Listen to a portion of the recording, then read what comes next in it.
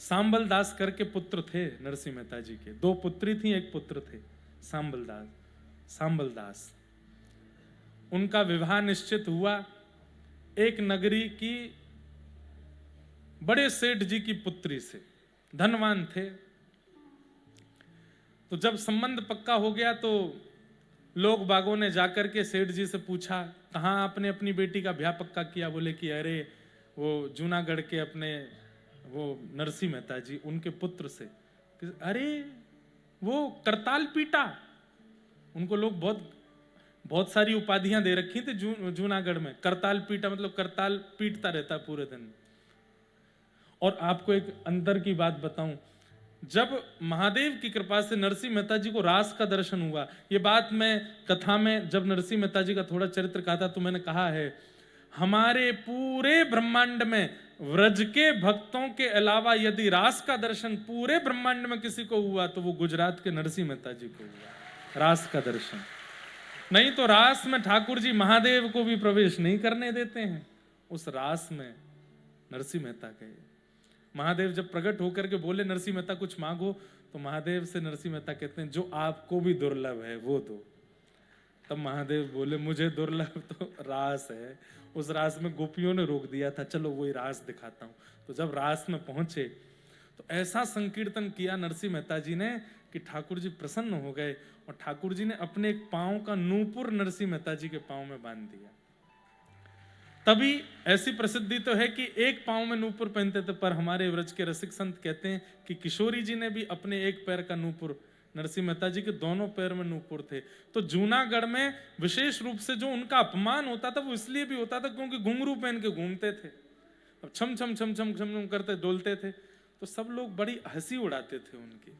आ गया करताल पीटा आ गया, ए कीर्तनिया आ गया, ए गाल बजावा आ गया, चीखने चिल्लाने वाला आ गया, ए देखो मानव के नर के वेश में छोरी बन के घूम रहा है। ऐसा ऐसा लोग बोलते थे उनको। नरसिंह मेहता सब स्वीकार करते।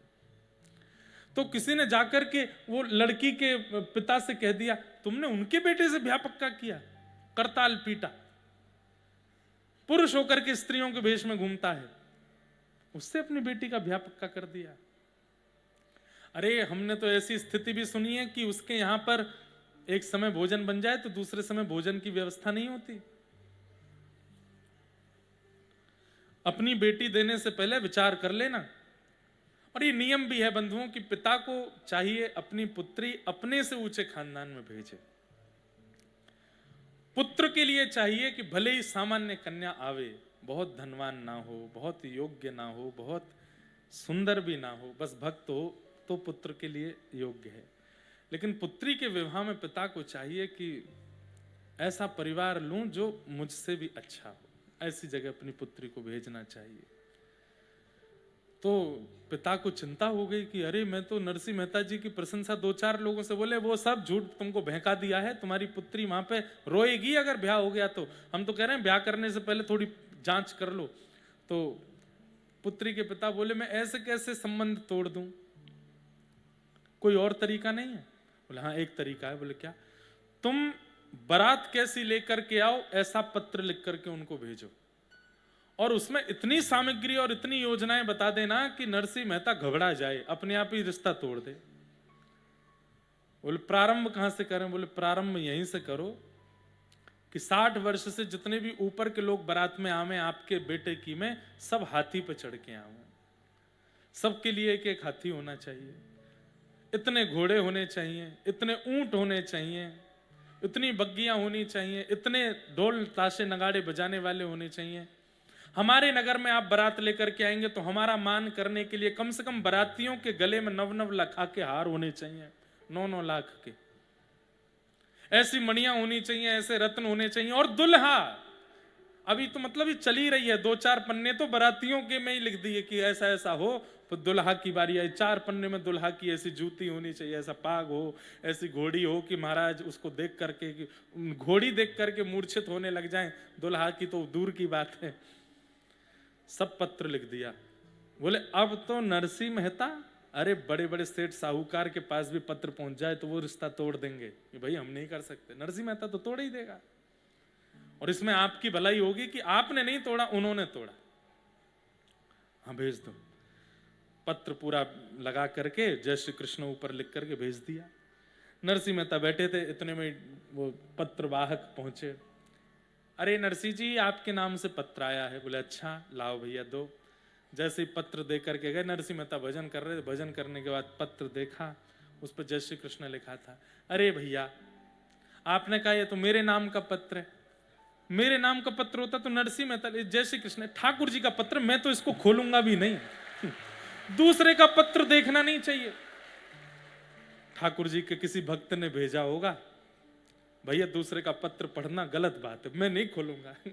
भीतर गए, ठाकुर जी के सामने धर दिया। आपके किसी प्रेमी ने आपके लिए पत्र भेजा है, जय जय, पढ़ लेना, विचार कर लेना। नरसिंह मेहता गए, ठाकुर जी बोले पढ़ ले, एक बार देख तो ले, कम से कम घोड़ी तो हुस्त पुस्त ले आई हो। लेकिन ठाकुर जी मन में विचार, बोले नरसिंह मेहता का कितना समर्पण है मेरे प्रति।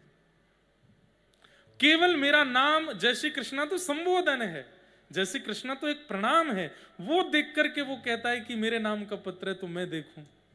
अब जब मेरे को देखने को कहा है तो जिम्मेवारी मेरी है। यहां बहुत दिनों तक जब नरसिंह मेहता की कोई खबर नहीं आई तो लड़की वालों ने समझा भाई रिश्ता पक्का ही होगा, तभी कुछ नहीं आया है, तैयारी करो। एक आध बार बीच में मिल भी गए तो बोले आपने सब देखा? हाँ सब ठीक है, हम तो लेके आएंगे अपने बेटे की बारात। ठीक है, तो पढ़ ही लिया होगा। नरसिंह मेहता जी तो एक घोड़ी लेकर के आए, बेचारी उसकी भी उम्र पूरी हो गई थी, वो चलते चलते कभी लड़खड़ा जाती थी, ऐसी तो घोड़ी आई। बारात में 12 तो सूरदास थे जिनके नेत्र ही नहीं है, बेचारे लाठी पकड़ के एक दूसरे कंधा पे हाथ धर के, ये तो बाराती है। ढोल ताशे नगाड़े बजाने वालों में से एक ही कोई मंजीरा बजाने वाला, हरि नाम कीर्तन चल रहा है, हरे कृष्ण कृष्ण हरे कृष्ण हरे हरे, यही बैंड बाजा था। ठाकुर जी ने दाऊ दादा से कही, दाऊ दादा नरसी की बारात देखो। बारात कम लग रही है, ऐसा लग रहा है सब्जी मंडी से सब्जी लाई जा रही है क्या, घर के 4-5 सदस्य लेके आ रहे हैं। लेकिन यानी मेरे भरोसे छोड़ दिया तो अब व्यवस्था मैं ही करूंगा। इतने में ही एक सेठ जी आए, सेठ जी नहीं थे, ठाकुर जी नहीं भेजे, अक्रूर जी जाइए सेठ जी बनकर। सेठ जी आए, आकर के नरसिंह मेहता जी पहचाना? बोले नहीं भैया। अरे आप वहां कीर्तन करने आए थे, मैं कीर्तन में सबसे आगे बैठा था, मुझे पता चला आपके बेटे का ब्याह है, मैं सेवा करूं थोड़ी। बारात में मेरे भी परिवार के लोग, मेरे भी जन आना चाहते हैं, वो भी चाहते हैं कि आपके साथ आपके बेटे की बारात। अरे चलो भैया कोई दिक्कत नहीं, आ जाओ। थोड़े ढोल ताशे नगाड़े वाले ले आऊं? बोले ले आओ। अब वो तो महाराज लेकर के आए कम से कम 12,000 लोग, ऐसी ऐसी मणियां, ऐसे ऐसे रत्न पहन करके, ऐसे ऐसे सुंदर सुंदर आभूषण पहन पहन करके लोग। नरसिंह मेहता देखें, बोले ये परिवार है आपका? बोले भैया हमारे जो समधी जी हैं उनको कहीं से पता तो करवा दो कि भोजन की व्यवस्था रखी हो उन्होंने। बोले वहां सब व्यवस्था, हमें चलने दो। इतने में एक और सेठ जी आए कहीं दूसरे, अरे नरसिंह जी मैं आपका कीर्तन सुना था वहां पे, बड़ी कृपा, पता चली आपके बेटे का ब्याह है। बोले तो? बोले मेरे पास में कम से कम 100 घोड़ी और ये पशुशाला है, बहुत सुंदर एक घोड़ी है, आपकी आज्ञा हो तो उस पर इनको बैठा दें। बोले हाँ बैठा। मेरे यहाँ हाथी भी हैं, घोड़े भी हैं, आपकी कृपा हो जाए। ये बेचारे सूरदास बिना नेत्रों के लाठी, उस पर बैठा देते हैं इनको। बोले हाँ बैठा दो। हाथी आ गए, घोड़े आ गए, उस पर सूरदास बैठे हैं। महाराज पूरी बारात सजती जा रही है। कोई आया, बोले अरे नरसिंह जी हमने वहां कीर्तन आपका सुना था। बोले तो? बोले हमारा जो है कपड़े का व्यापार है, बहुत बढ़िया अचकन सिलते हैं हम, हमको पता चला आपके बेटे का, हम अचकन बना के लाए हैं, पहना दें? बोले पहना दो। घोड़ी से उतार के अचकन पहना दी सिर पर। महाराज वो सामान्य नहीं थे, वैकुंठ से बनकर के आई है नरसिंह मेहता के पुत्र की अचकन। सोने की जड़ी लगी है महाराज, मणियां चमक रही हैं, ऐसा सुंदर स्वरूप लग रहा है, मोर पुच्छ लहरा रहा है, लग रहा है द्वारिकाधीश ही बैठे हैं क्या घोड़ी के ऊपर। नरसिंह मेहता बोले वाह भैया अपने आप ही बनती जा, हमने तो निमंत्रण ही 4 बनवाए थे, अपने आप ही सब हो रहा है। ये फैला कौन रहा है कि हमारे बेटे का ब्याह है? सब बढ़िया है, ठाकुर जी सबकी कृपा कर रहे हैं। यहां नगर में तैयारी चल रही थी ब्याह की, तो लड़की वालों ने कहा भैया बारात देख तो लें कैसी है। किसी से कहा देख करके आओ, कितनी दूर आ गई। दौड़ करके वो व्यक्ति, अरे सेठ जी कमाल हो गया, कमाल हो गया, क्या कहूं महाराज, ऐसी बारात, ऐसी बारात। बोले कैसी? अरे पर्वत पर चलिए, ऊपर से देखनी पड़ेगी, किलोमीटरों लंबी है, दूरबीन लगानी पड़ेगी, तब जाकर के तो बारात दिखेगी, इतनी लंबी चौड़ी और ऐसी बारात। और सुनिएगा, बोले क्या? हाथी देखिएगा, घोड़े देखिएगा, दुल्हा को भी देखिएगा, पर एक बार बारात में सबसे आगे 2 नवयुवक चल रहे हैं, उनको जरूर देखिएगा। ऊपर जाकर के जो वो समधी जी थे, उन्होंने ऐसे कोई लगा करके देखा, तो महाराज हाथी, घोड़ा और ऐसे ऐसे रत्न आभूषण सब चीज। लेकिन जैसे ही बारात में सबसे आगे देखा, श्याम वर्ण गौर वर्ण के 2 युवक कृष्ण बलराम नृत्य करते हुए बारात लेकर के चल रहे हैं। नरसिंह मेहता जी के पुत्र की बारात जा रही है, ठाकुर जी नृत्य कर रहे हैं उसमें, और नरसिंह जी को कुछ नहीं पता है। ऐसे नरसिंह जी, ये रास है, इसे रास कहते हैं। आपने कुछ नहीं किया, ठाकुर जी पूरी योजना बना दे रहे हैं आपकी। तो मेरे साथ रस हुआ है, आपके साथ रस हुआ है, पर जितने भक्तों के हम चरित्र सुनते हैं, इन सबके साथ रास हुआ है। हम भक्ति के पथ पर इसलिए चल रहे हैं कि हे नाथ, मुक्ति नहीं चाहिए, भुक्ति नहीं चाहिए, बस एक बार हमारे संग भी कुछ रास करो, कोई अनुभव ऐसा कराओ। और होते हैं थोड़े थोड़े रास तो सबके साथ होते हैं। वृंदावन की बहुत याद आई, तभी किसी ब्रजवासी का फोन आ गया। वृंदावन की बहुत याद आई तो ब्रज से कोई आ गया। वृंदावन की बहुत याद आई तो वहां का कोई प्रसाद लेके आ गया। वृंदावन की बहुत स्मृति हुई तो परिवार के किसी व्यक्ति का फोन आ गया, भैया हम ब्रज जा रहे हैं, चलोगे? ये छोटे छोटे रास तो सबके साथ होते हैं, पर वो विशिष्ट रास हो, उसकी इच्छा सबके चित्त में होनी चाहिए। गोपियां रास का अधिकार प्राप्त कर चुकी हैं। ये व्रज की गोपियां कौन है बंधुओं? ये त्रेता के दंडकारण्य वन के वही संत हैं जो राम जी के दर्शन के इच्छा में रह गए, लेकिन राम जी का दर्शन नहीं हो पाया। तब हनुमान जी ने आकर के इनको सांत्वना दी, आप लोग चिंता मत करो, राघव जी के आपको दर्शन नहीं हुए, प्रतीक्षा करो, अगले युग में भगवान कृष्ण बनकर के आएंगे और आप सब संत व्रज की गोपी बनकर के आओगे, तब ठाकुर जी आपको अनुभव कराएंगे। लोग व्रज की गोपियों पर उंगली उठाते हैं, व्रज की गोपियां ठाकुर जी के साथ नाची, व्रज की गोपियों ने ठाकुर जी के साथ ये किया। अरे तुमको पता क्या है कि कितना तप किया है उन्होंने इस अनुभव को प्राप्त करने के लिए? एक युग की प्रतीक्षा है उन गोपियों की। श्रुति रूपा, स्मृति रूपा ये सारी गोपियां हैं जिनके चित्त में प्रेम, प्रेम कैसा सुनिएगा अभी, ऐसा प्रेम हम आप सबके जीवन में आ ही नहीं सकता, ऐसा प्रेम है इन गोपियों का। इन गोपियों को ठाकुर जी ने आज्ञा दी थी कि मैं शरद पूर्णिमा की रात्रि पर तुम सबको स्वीकार करूंगा। आज जैसे ही पूर्णिमा का चंद्रमा उदयमान हुआ, आकाश में पूर्णिमा जैसे ही पहुंचा, सब गोपियों का चित्त व्याकुल होने लगा कि आज तो वही पूर्णिमा है जिस पूर्णिमा में श्याम सुंदर हमको मिलने वाले हैं। युगों की प्रतीक्षा आज पूरी होने वाली है। इतने में ही कदम्ब वृक्ष के नीचे ठाकुर जी बैठे हैं और सुंदर वेणु को अपने अधर पर धारण करके जैसे ही कोमल छिद्रों को कोमल उंगलियों से आच्छादित किया, प्राण पिरोए वंशी में, आहा, निशम्य गीतम तदनंगवर्धनम व्रज स्त्रिया कृष्ण गृहीत मानसा आजग्मुरन्योन्यमलक्षितोद्यमा सयत्र कांतो जबलोलकुंडला। ठाकुर जी ने ऐसी वेणु बजाई। अब बहुत ध्यान से सुनने वाली बात है ये। ठाकुर जी वंशी बजा रहे हैं, लेकिन सबको वो स्वर सुनाई दे रहा है कि कन्हैया वंशी बजा रहा है, लेकिन जितनी भी वह गोपियां हैं जो कृष्ण प्रेम में उन्मुक्त हैं, उनको स्वर सुनाई नहीं दे रहा, उनको शब्द सुनाई दे रहा है।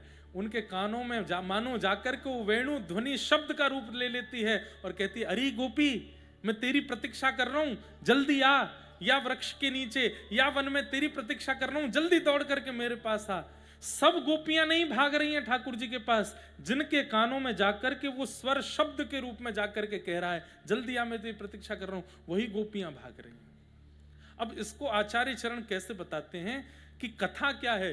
कथा जो वक्ता करते हैं वो एक वेणु रव है, ठाकुर जी वंशी बजा रहे हैं। कई लोगों को लगता है कि केवल 4 घंटा का पास आउट है, व्यास जी बैठ करके 2-4 बातें बोलेंगे, बोल करके अच्छी बातें बोलते हैं, मन को अच्छी लगती है, हम चले जाएंगे, ये भी चले जाएंगे। पर यहाँ बैठे कई लोग वो एक शब्द सुनते ही नेत्रों से अश्रुपात होने लगता है, मन विचलित होने लगता है, भावुक होने लगता है, रात की नींदें उड़ जाती हैं। क्यों? क्योंकि वो गोपी है, उसके लिए वो शब्द नहीं है, उसके लिए वो ठाकुर जी की वाणी है। उसको लगता है कि ठाकुर जी मुझे बोल रहे हैं, ठाकुर जी ये मुझे आज्ञा कर रहे हैं, ये मुझसे कही जा रही है बात, मुझे ये करना ही है जो यहाँ बोल दिया गया है। ये विश्वास उनके चित्त में प्रकट हो जाता है। सबके हजारों लोग कथा सुनते हैं, बुरा नहीं मानिएगा, पिछले 6 दिनों में लाखों लोग कथा सुनकर के बड़ोदरा में गए, पर परिवर्तन 2 के अंदर ही आएगा, ये मैं प्रमाण से कह सकता हूं। 2 से ज्यादा नहीं आएगी संख्या, 2 से ऊपर संख्या नहीं पहुंचेगी। कल कथा पूरी होने दीजिए, वापस लग जाएंगे सब अपने कार्यों में, वापस लग जाएंगे सब अपने उल्टे सीधे खान पान में, वापस लग जाएंगे सब अपनी विषय वार्ताओं में। बहुत कम ऐसा होगा कि परिवर्तन हो, 2-4 ही होंगे जो इस 7 दिन में इतने परिवर्तित हो जाएंगे कि बस अब तो ठाकुर जी के संग रास ही होना है। वो 4 ही हैं जिनको ये कथा कृष्ण वाणी के रूप में लग रही। बाकियों को लग रहा है कि इंद्रेश जी बैठे हैं, वे बैठ करके बोल रहे हैं, या कोई भी वक्ता बैठे हैं बैठ के बोल रहे हैं। नहीं, एक बात बोल दूं, जब आप रास के अधिकारी हो गए होंगे तो आपको कथा पंडाल नहीं लगेगा, आपको रास का ये प्रांगण लगेगा। आपको यहां बहने वाली जो ब्यार है वो ब्यार ना लग के यमुना जी के जल के छींटे लगेंगे। आपको दिखने वाले वैष्णव जन सामान्य ना लग के ब्रजवासी दिखेंगे, और मंच पर बैठकर कथा सुनाने वाला वक्ता कोई वक्ता ना लग करके व्रज की कोई प्रधान गोपी लगेगा जो हमें श्री ठाकुर जी के समीप ले जा रहा है। अरे गिरिराज जी के प्रति यदि पर्वत की और पत्थर की भ्रांति है तो आप अभी भक्त नहीं बने। यमुना जी के प्रति जल की भ्रांति है तो आप अभी भक्त नहीं बने। व्रज रज के प्रति यदि आपकी मिट्टी की भ्रांति है तो आप अभी भक्त नहीं हुए। और ब्रजवासियों के प्रति मानव की भ्रांति है तो आप अभी भक्त नहीं हुए। ठाकुर जी के स्वरूप के प्रति यदि मूर्ति की भ्रांति है तो अभी आप भक्त नहीं। ये सब परिवर्तित हो जाएगा। हम लोग देखते हैं हमारे गिरिराज जी में ठाकुर जी जहां हाथ रखे वहां हाथ का चिन्ह, मन में विचार करता हूं कि इतना निष्ठुर है, ये कैसे हाथ बन गए? क्योंकि ठाकुर जी की गिरिराज जी के प्रति पत्थर की भावना नहीं है, ठाकुर जी की गिरिराज जी के प्रति किशोरी जी के हृदय की भावना है। इसलिए जहां ठाकुर जी हाथ रखते थे वहीं चिन्ह प्रकट हो जाता, जहां चरण रखते थे वहां चिन्ह प्रकट हो जाता था। मन की भ्रांति मतलब ब्रह्म। ये जो वहम हमारे चित्त में है कि ये पत्थर है, ये नदी है, ये व्रजवासी मानव हैं, ठाकुर जी मूर्ति पाषाण है, प्रसाद केवल अन्न है, ये भ्रांति सबसे पहले हमारे चित्त से जाती है, तब समझो कि आप गोपी बन गए हो। आपको यमुना जी जल नहीं लगता है, आपको उसके प्रति साक्षात पटरानी की भावना है। तो ये गोपियां, सबको लग रहा है कि कृष्ण वंशी बजा रहे हैं, पर कुछ गोपियों के चित्त को लगता है कि नहीं, कृष्ण हमें बुला रहे हैं, और वो गोपियां दौड़ पड़ती हैं वृंदावन की ओर। असंख्य गोपियां इकट्ठी हो गई। अर्धरात्रि का समय, ठाकुर जी के सामने पहुंच गई गोपियां। और कैसे पहुंची यहां पर वर्णन किया गया। कोई गोपी गैया का दूध दोह रही थी, कोई सीरा बना रही थी, कोई पति को भोजन करा रही थी, कोई आंखों में काजल लगा रही थी, कोई मांग में सिंदूर भर रही थी, कोई बच्चे को खिला रही थी।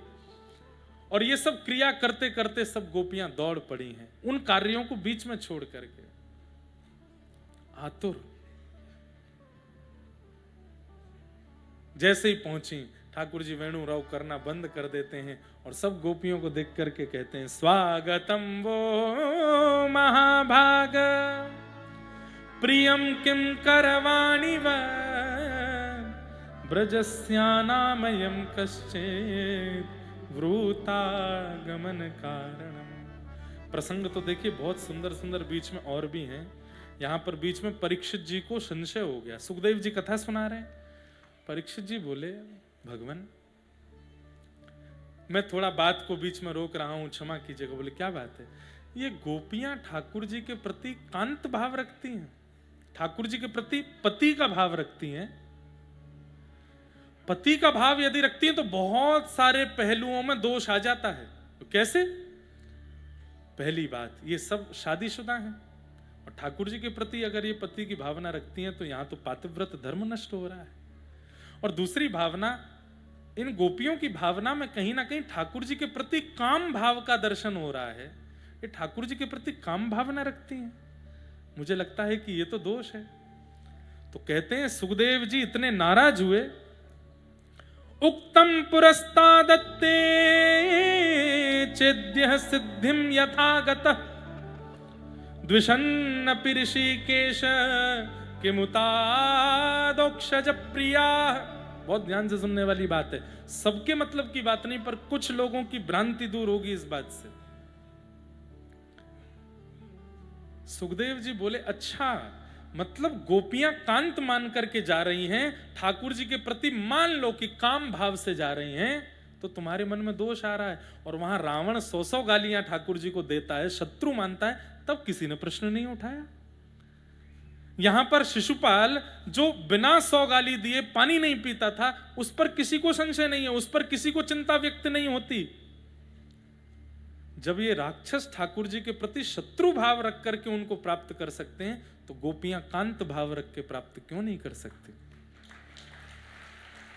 ये उन लोगों के लिए उत्तर है जो कई बार अपने घर के सदस्यों को, मित्रों को टोकते हैं कि तुम ठाकुर जी से प्रेम क्यों करते हो भाई, वो भगवान है, उनके प्रति भगवान भावना रखो, तुम भक्त हो, वो भगवान है, तुम कभी उनसे प्रेम कर रहे हो, तुम अपने आप को उनकी प्रियतमा मान रहे हो, तुम अपने आप को उनका प्रियतम मान रहे हो, तुम अपने आप को उनका भाई, सखा, बंधु मान रहे हो। अरे ये सारा पाखंड है, ये सारा अज्ञान है। इस तरीके का प्रवचन करने वाले लोग यहां पर सुखदेव जी डांट करके कह रहे हैं। और एक शब्द कहा है, व्यास जी मंच पर बैठे हैं, समझेंगे इस बात को।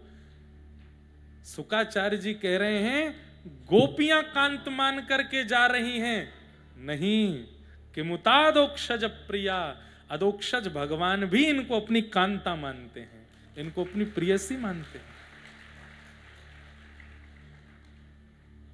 ठाकुर जी के प्रति प्रेम होना ही प्रेम शब्द को सौभाग्यवंत बनाता है। संसार के प्रति प्यार होता है, आसक्ति होती है, प्रेम नहीं होता। प्रेम कहते किसको हैं, गोपियां परिभाषा देंगी, अभी समझिएगा उस बात को। ठाकुर जी ने कहा आप सब क्यों चली आई इतनी अर्धरात्रि को, अपने पतियों को छोड़ करके आई हो? ठाकुर जी परीक्षा ले रहे हैं। ओहो, आप सब शादीशुदा हो, आप सब पति युक्त हो, अरे कईयों के तो बच्चे भी हैं, कईयों के तो नाती भी हैं। भगवान के रास में कौन सी गोपियां आई हैं? कई लोगों का भ्रम यहां भी टूटेगा। आबाल वृद्ध वनिता, 6 वर्ष से लेकर के 150 वर्ष तक की गोपियां हैं। मतलब 6 वर्ष की वो गोपी भी है जिसको स्त्री पुरुष का भेद नहीं पता, और 150 वर्ष की वो गोपी भी है जिसको 4 गोपियां उठा के चल रही है, दांत ही नहीं है मुख में। और 150 वर्ष की गोपी से लेकर 6 वर्ष तक की गोपी, सबके चित्त में कृष्ण के प्रति एक ही भाव है। ये कैसे हो सकता है? ये सांसारी मोह नहीं है, ये सांसारी आकर्षण नहीं हो सकता। अरे कोई दादी अम्मा के समय की बूढ़ी माता जी, अब कोई, और ठाकुर जी की उम्र कितनी है? 6.5 वर्ष के हैं लाला। कितने वर्ष के?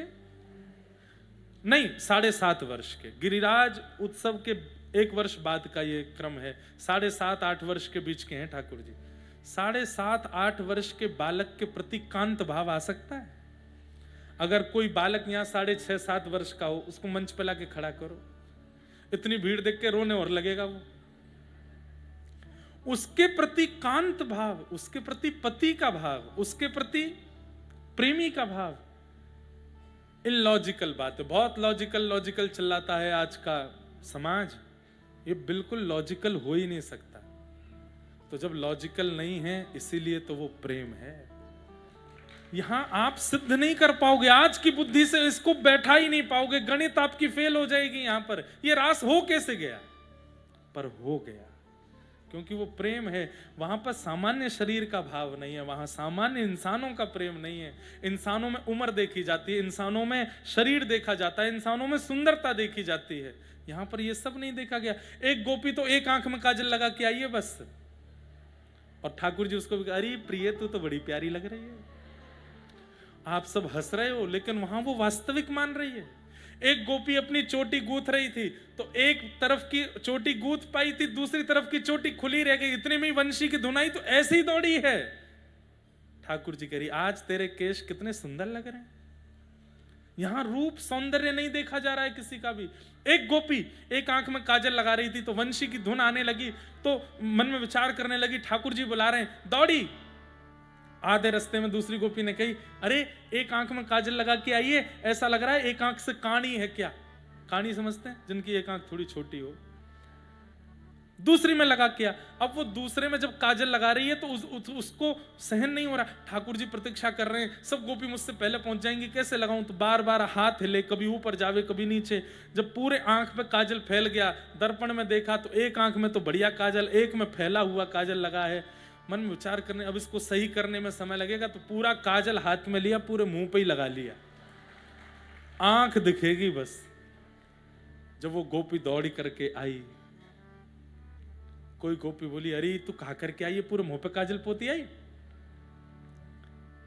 बोले, तू ना जाने, हमारो श्याम सुंदर मुख नाए देखे, वो तो हृदय देखे। और वही हुआ सब गोपियों में। जब ठाकुर जी ने दृष्टि घुमा करके देखा, आहा, आज के या रास यूथ की सबसे सुंदर गोपी तो एक मुंह को दिख रही है। बोले, कौन सी? जो मेरे जैसे वर्ण की खड़ी है, पूरे मुंह पे काजल लगा के, सबसे सुंदर तो यही है। यहां रूप की प्रधानता नहीं है, यहां पर स्वरूप की प्रधानता नहीं है, श्रृंगार की प्रधानता नहीं है, वस्त्रों की प्रधानता नहीं है, आयु की प्रधानता नहीं है, यहां पर भाव की प्रधानता है। ठाकुर जी गोपियों को थोड़ा परीक्षण करने लगे, तुम सबके पति हैं, बच्चे हैं, फिर भी तुम अर्धरात्रि में मेरे पास आई हो। पातिव्रत धर्म नष्ट हो जाएगा, पाप लगेगा, नरक जाना पड़ेगा तुमको। 10 श्लोकों में ठाकुर जी नरक जाना पड़ेगा, पाप लगेगा, यही बोलते रहे। गोपियों से कहा, अब इसका उत्तर दो। थोड़ी देर तो गोपियां मौन रहीं, और थोड़ी देर बाद गोपियां बोलना प्रारंभ करती हैं। मयि वम विभोरहति भवान गदितुम विशंसम, संत्यज्य सर्व विषयांस्तव पादमूलम, भक्ता भजस्स दुर्वाग्रहमात्यजास्मान्, देवो यथादि पुरुषो भजते मुमुक्षुन्। मेरे हृदय की कुछ कथाएं पेंडिंग रह गई हैं, मतलब मेरा मन है कि मुझे ऐसी इस विषय पर कथा कहनी है। उसमें एक विषय है प्रणय गीत, जो अब गोपियां कर रही हैं। ये गुप्त गीत है भागवत जी का। जैसे गोपी गीत प्रकट गीत है, प्रणय गीत गुप्त गीत है। यहां पर गोपियों का प्रेम सुनिए आप। गोपियां क्या कहती हैं? हे श्याम सुंदर, आपको क्या लगता है कि हम आपसे मिलने आई हैं, आपका स्पर्श करने आई हैं, आपको देखने आई हैं, आपसे कुछ मांगने आई हैं, या आपको कुछ देने आई हैं? नहीं। अरे हम तो भात की भांति हैं। भात समझते हैं, चावल। गोपियां कह रही हैं भक्त और भात की एक ही नाम राशि है, और दोनों के निर्माण की जो प्रक्रिया होती है वो भी एक है। जैसे भात को पहले धनकुटा से कूटा जाता है, उसके छिलके उतारे जाते हैं, खौलते पानी में डाला जाता है, जब वो मीड़ करके देखा जाता है, नरम गर्व तक हो जाता है, उसके बाद उसको दाल के साथ परोसा जाता है, और भोक्ता दाल लगा करके चट कर देता है। बनने में लगे जिसको 5 दिन, पाने में नहीं लगते 5 मिनट। वही हमारी स्थिति है। आज तुम तक पहुंचने में हमने कितने पापड़ बेले आपको क्या पता। लोक मर्यादा, लाज मर्यादा, घर की प्रतिष्ठा। हम स्त्रियां हैं, हम पर कीचड़ उछालना बहुत आसान होता है। कृष्ण, एक पुरुष के ऊपर कोई बात बनाना, उस पर भी लोग 4 विचार करते हैं, और कोई बात बन भी जाए तो भी लोग सुनकर के भूल जाते हैं। पर एक स्त्री पर बात बनाना, कह देना बहुत आसान होता है। बंधुओं, जब सीता जी पर प्रश्न चिन्ह उठाया गया, वाल्मीकि रामायण वर्णन करती है। मुझे वो श्लोक याद नहीं है, लेकिन मुझे उसका भाव याद है। तो वाल्मीकि जी ने जाकर के कहा कि सीता जी ऐसी नहीं, आदि आदि सब राम जी तो सब जानते हैं, पर पूरे विश्व को दिखाना चाहते थे कि जिस सीता पर तुम लोगों ने प्रश्न चिन्ह उठाया, उनकी पवित्रता तो देखो।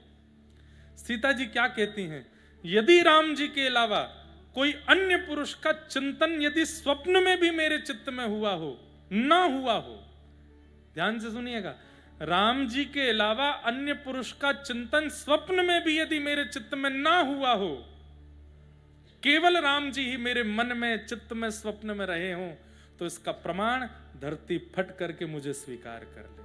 और तुरंत पृथ्वी खुल गई और श्री सीता जी उसमें विलीन हो गए। अयोध्या के लोग रोते रह गए सीता जी के प्रति। राम जी बोले अब कुछ नहीं। एक स्त्री का अपमान करना बहुत आसान लगता है लोगों को।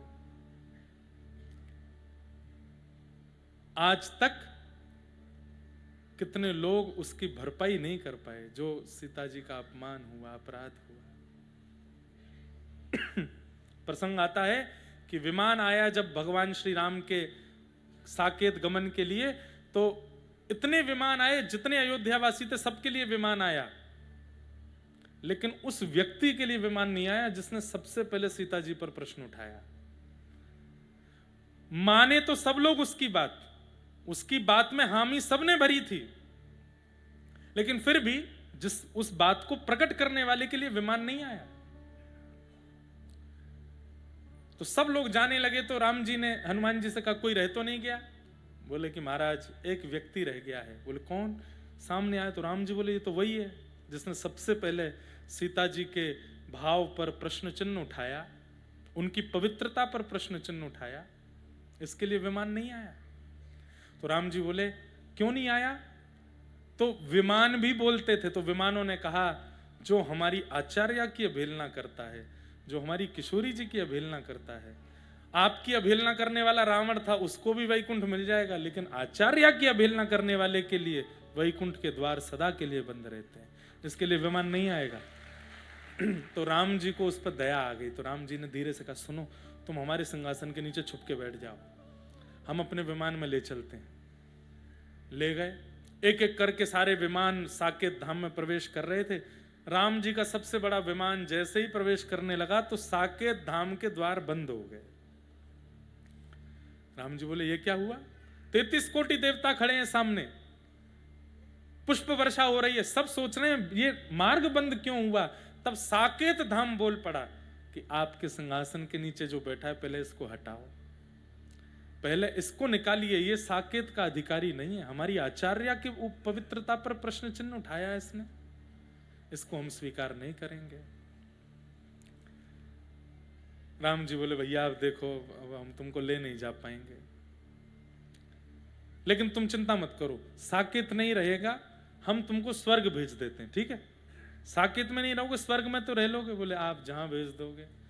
हे इंद्र इधर आओ, इसको लेकर के जाओ स्वर्ग में, इसकी बढ़िया खातिरदारी करना, हाँ इसको रखना वहीं पे। इंद्र ने तुरंत अपना मुकुट उतार के चरणों में धर दिया। बोले इसी वक्त इस्तीफा देता हूं, लेकिन स्वर्ग में इसको लेके नहीं जाऊंगा। हमारी किशोरी जी के ऊपर प्रश्न चिन्ह उठाया इसने। ध्यान से सुन लीजिएगा, स्त्रियों के ऊपर निंदा स्तुति करने वाले लोग, क्या होता है उसका परिणाम? उनकी पवित्रता पर प्रश्न उठाने वाले लोग, क्या होता है उसका परिणाम? इंद्र तैयार हैं अपनी पदवी छोड़ने के लिए। कहते हैं, आप सबको पता है, जब आप अपने आसन पर बैठ करके कोई भी जप कर्म करते हैं तो पंडित जी कहते हैं उठने से पहले जल छोड़िए, और जल छोड़ के माथे से लगाइए सम शक्राय नमः।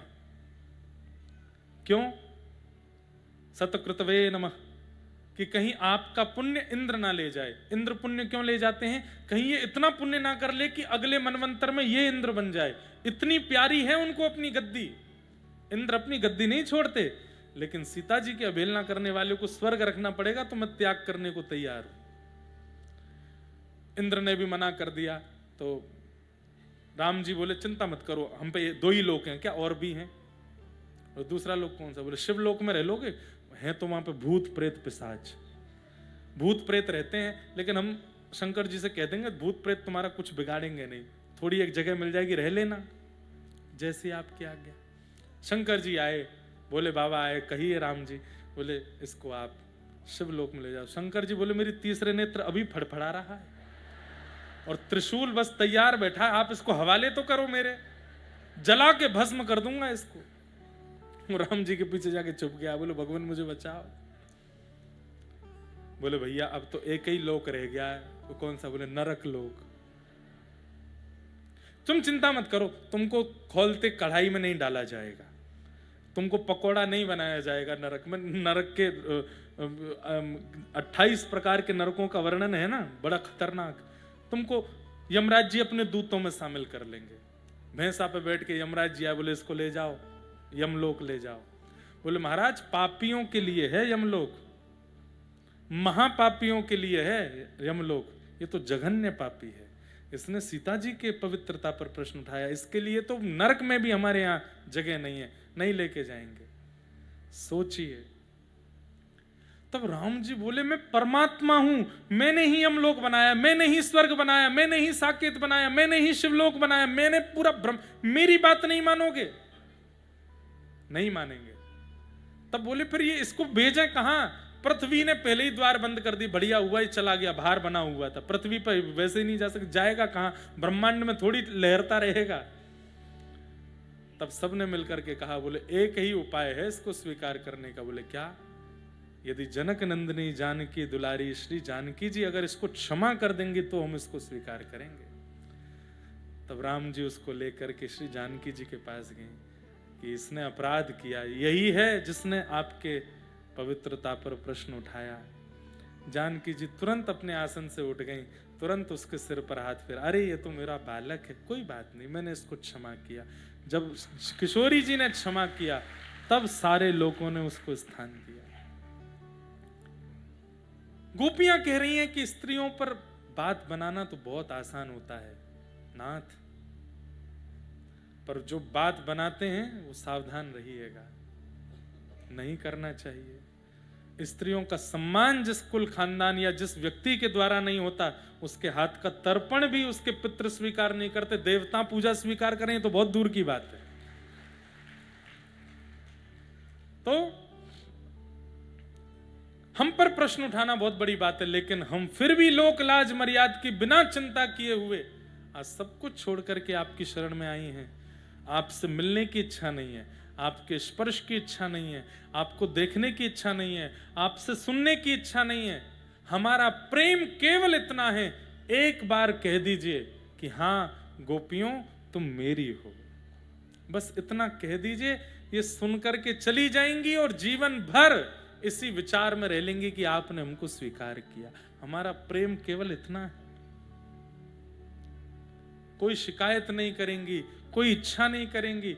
ऐसा प्रेम हो सकता है किसी का कि तुम बस ये कह दो कि तुमने मुझे स्वीकार किया, अब जीवन में भले ही मुझे दिखना मत, मुझसे मिलना मत, मेरे पास आना मत, मैं इसी भाव में जीवित रहूंगा। ऐसा प्रेम नहीं है संसार का। और चलो मान लो मेरी आज की कथा सुनकर के किसी ने जाकर के अपने किसी मित्र से कह भी दिया, लोग बाग तो ऐसी जल्दी इंप्लीमेंट करते हैं ना ऐसी बातों को।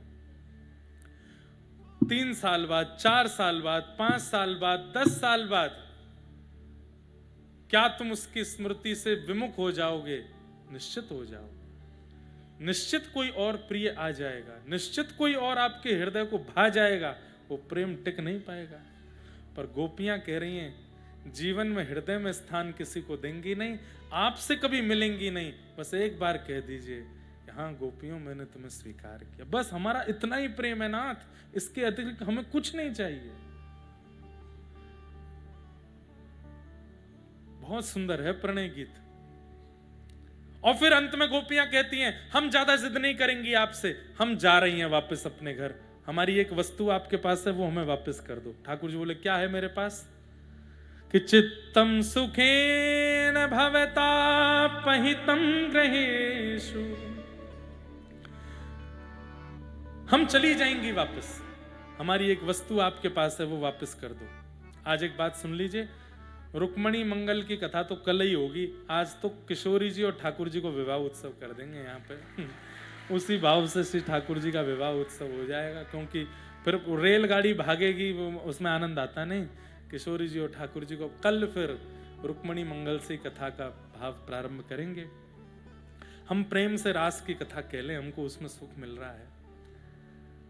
हमारा तो देखो मन अगर कर जाए, अगर हमें खुली छूट कोई दे दे, तो हम प्रथम स्कंद पे ही 7 दिन बोले, हमको उसी में ही सुख मिल जाएगा, उससे आगे जाने का मन ही नहीं होता।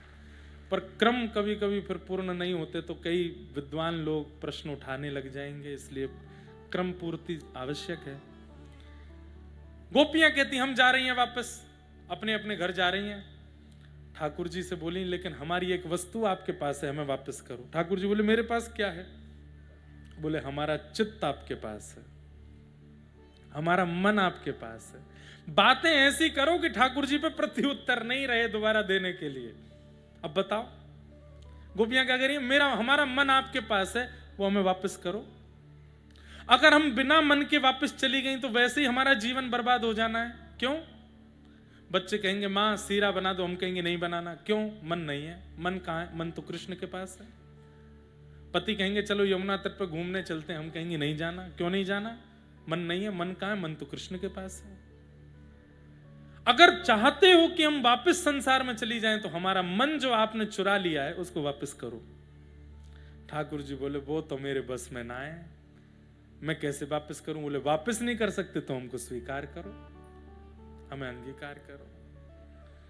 ठाकुर जी बोले अरे गोपियों, मैं आज तृण तोड़ करके और शपथ लेकर के कह रहा हूं, मैं आप सबन को स्वीकार कर रहा हूं, आप सब मेरे।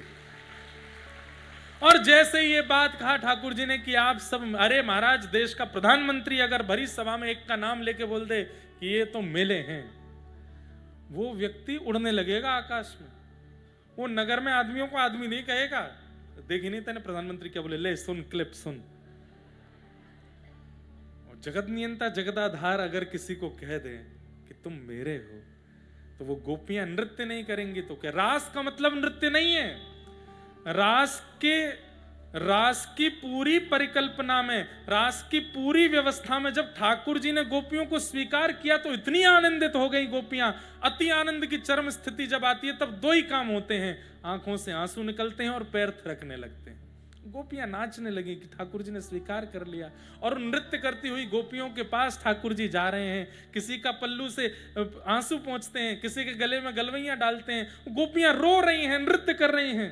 हमें श्याम सुंदर ने स्वीकार कर लिया आज।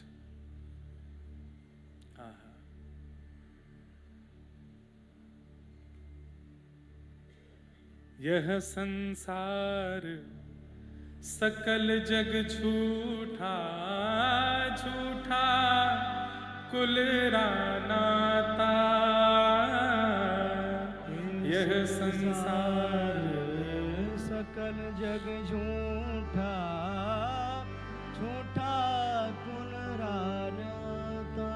मीराबाई कह रही है, सब लोग गाओ। यह संसार सकल जग झूठा, झूठा कुल रानाता। यह संसार सकल जग झूठा, झूठा कुल रानाता। तो फिर कौन है हमारा? मीरा के प्रभु गिरधर नागर, मीरा के प्रभु गिरधर नागर, मीरा के प्रभु नटवर नागर, मीरा के प्रभु नटवर नागर। हरि चरणा चितराची गिरधर, जन्म मरण रासा थे। गिरधर जन्म मरण रासा थे। गिरधर जन्म मरण रासा थे। गिरधर जन्म मरण रासा थे। हो याए नाय बिसरू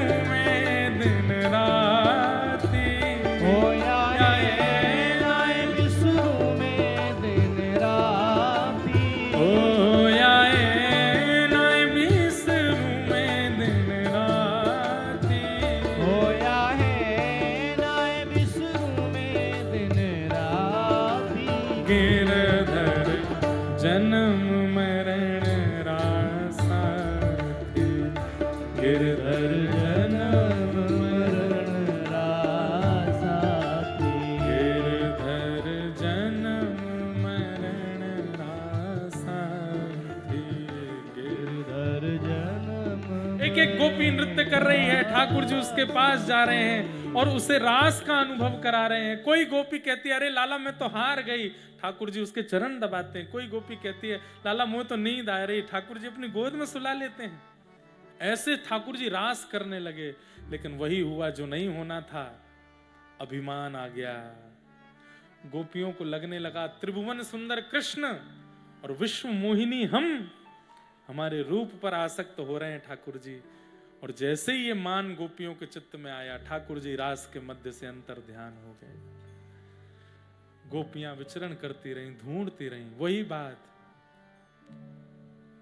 रास रमनता मारी नथनी खूबारी। मतलब वो जो नथनी का मतलब जो मान आ गया, यही तो नहीं चाहिए रास में। बंधुओं, ठाकुर जी आपसे सेवा करा रहे हैं और कभी ऐसा हो गया कि आपने भोजन की थाली ठाकुर जी के सामने रखी, पर्दा किया, 15 मिनट बाद आके देखा चावल चट्ट हो गए, आप क्या करोगे?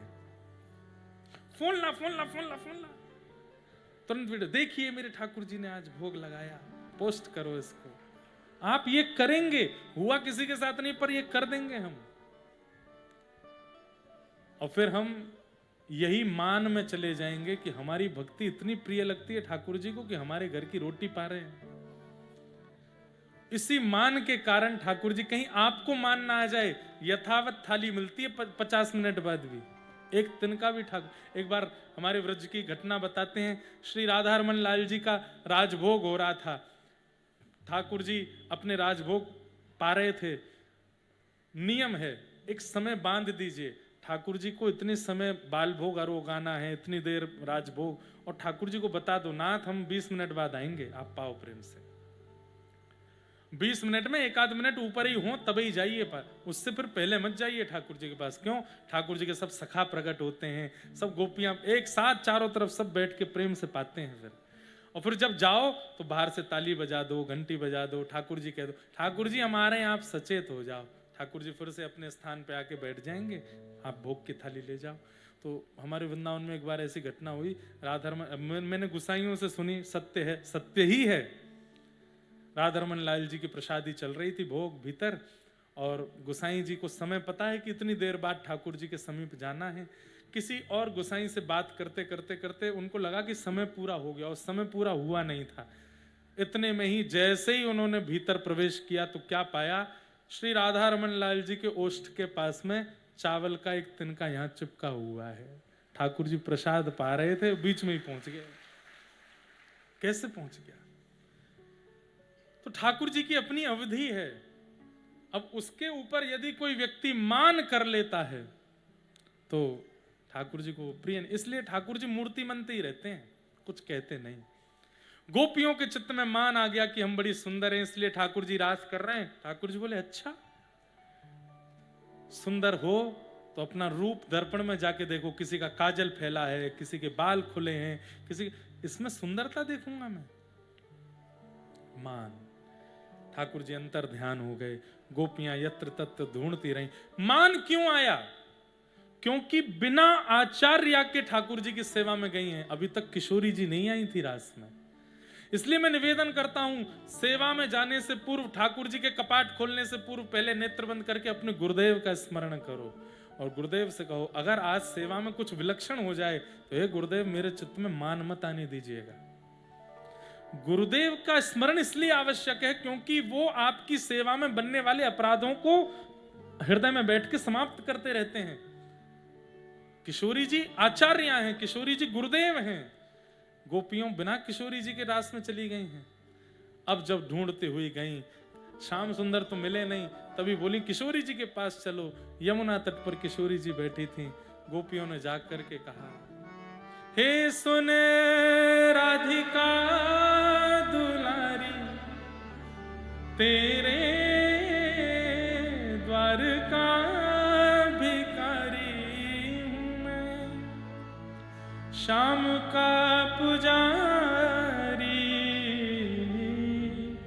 पीड़ा है हमारी हमें, श्याम ना मिला हमें, श्याम ना मिला हमें, श्याम ना मिला हमें, श्याम ना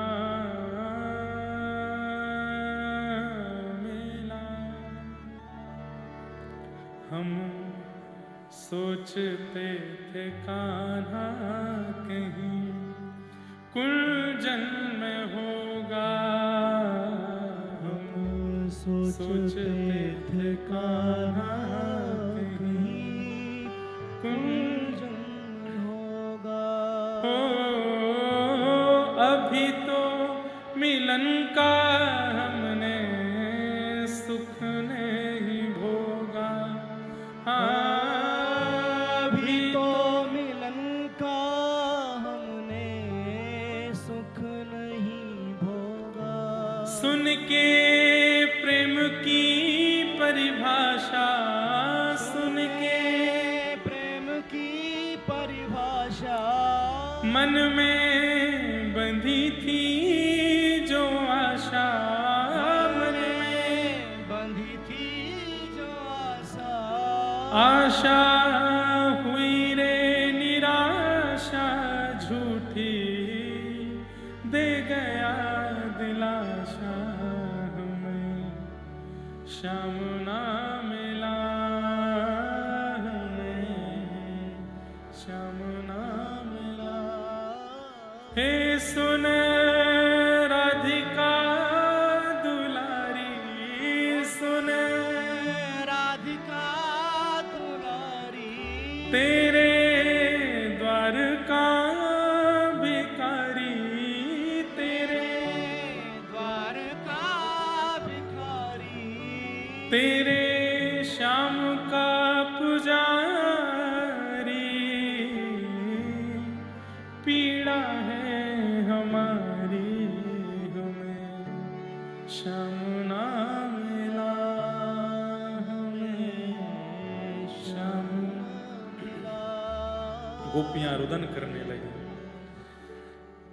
जयति तेधिकं जन्मना व्रजः, श्रयतं गिरा सस्मदत्र दैतदृश्यता दीक्षुतावक स्त्वयिधृता सव स्वां विचिन्वते। सरदुदाशये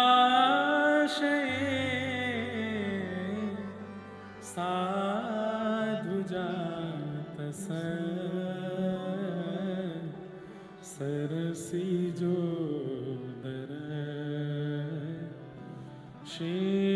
शेमुषादृश।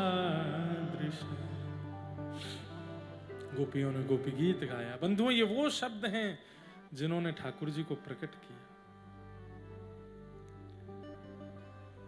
जैसे ही गाया, ताशामाविर्भूत सौरी स्मयमाय मुखाम्भुज पीतांबरधर श्रगवी साक्षान् मन्मथ मन्मथ इति गोप्यः प्रगायन्त प्रलपस्त्यंश चित्रधा रुरुदो स्वस्वरं राजन् कृष्ण दर्शन लालसा। व्यक्ति जब संसार के लिए रुदन करता है तो कंसुरा बेसुरा रोता है, लेकिन जब वो ठाकुर जी की याद में रोता है ना, उस समय उसका मुखमंडल और उसका स्वर सब सुरयुक्त होता है, भावयुक्त होता है। बंधुओं, एक बात कहें, पूज्य बापू एक बार अपनी कथा में कह रहे थे, यदि किसी को ठाकुर जी की कथा सुनते सुनते रोना आ जाए, ठाकुर जी की धाम की याद आ जाए, ठाकुर जी के जनों की याद आ जाए, ठाकुर जी की लीला की स्मृति होने लगे और वो रुदन में बन करके प्रकट होने लगे, तो समझना ठाकुर जी आपको छू रहे हैं, ठाकुर जी आपको स्पर्श कर रहे हैं। और भगवत विरह में किया गया रुदन स्वर युक्त होता है। ठाकुर जी के विरह में किया गया जो रुदन होता, उसमें व्यक्ति चीखता चिल्लाता नहीं है, बुरी तरह व्यथित नहीं होता, बस वो रोता है भावुक होकर के, और उसको उसमें सुख मिलता है। दुनिया के लिए रोने में लगता है कोई आके मुझे शांत कर दे, और ठाकुर जी के लिए रोने में लगता है मुझे छेड़ो मत, थोड़ी देर रोने दो, थोड़ा रुदन कहने दो।